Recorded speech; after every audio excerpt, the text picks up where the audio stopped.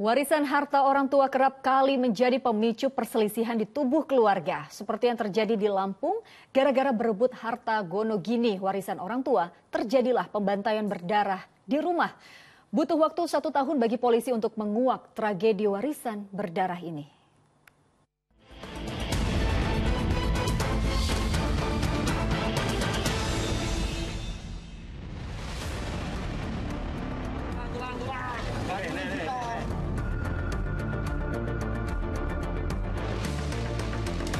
Harta warisan tak selamanya membawa bahagia dan kerap kali bisa berujung petaka. Rasa menyayangi keluarga hilang seketika dengan dibutakan oleh prahara menguasai harta. Inilah yang terjadi di Desa Margajaya, Kabupaten Waikanan, Lampung. Dalam gelaran rekonstruksi ulang, warga emosi kala mengetahui satu keluarga dibantai oleh seorang anggota keluarga yang merasa paling pantas mendapatkan harta peninggalan orang tua. Semua terungkap bermula dari kecurigaan warga atas hilangnya seorang pria bernama Juanda yang rupanya dibunuh. Saya bawa pindah ke tempat gelap, langsung saya tanya, kamu mau dibantu atau tidak? Sekarang pertanyaan saya, Juanda ditujah atau dipukul?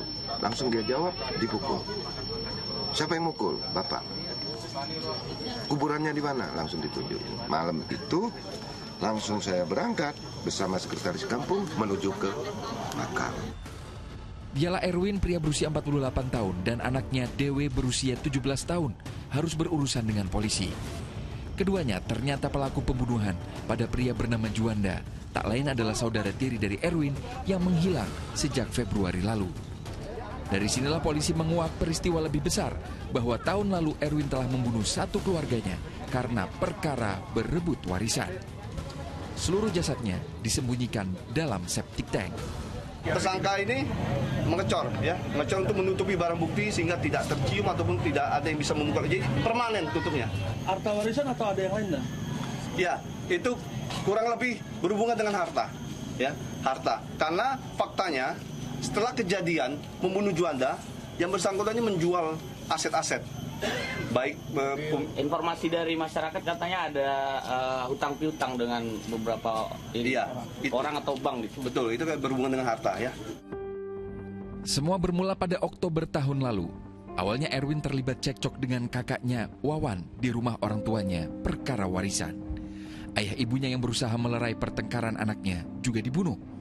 Keponakan tersangka yang juga masih kecil turut menjadi sasaran tindakan kejinya. Untuk menghilangkan jejak, 4 jasad korban kemudian disembunyikan di septic tank belakang rumah, kemudian dicor. Tak ada kabar dari 4 korban membuat saudara tiri tersangka akhirnya pulang kampung pada Februari lalu. Saat akan menanyakan keberadaan keempatnya, korban bernama Juanda juga jadi sasaran pembunuhan berencana oleh tersangka dan anaknya. Jasad Juanda kemudian dikubur di kebun singkong kosong jauh dari lingkungan warga. Ya, sepandai-pandainya menyimpan bangkai, baunya akan tercium juga. Peribahasa ini yang mungkin harus diresapi Erwin. Tragedi warisan berdarah yang dibuatnya harus berakhir dengan hukuman setimpal. Erwin dijerat pasal pembunuhan berencana dengan ancaman hukuman penjara seumur hidup atau mati. Sementara sang anak yang masih di bawah umur dijerat pasal 55 dan 65 KUHP karena turut membantu dengan ancaman penjara paling lama 15 tahun. Tim Liputan melaporkan.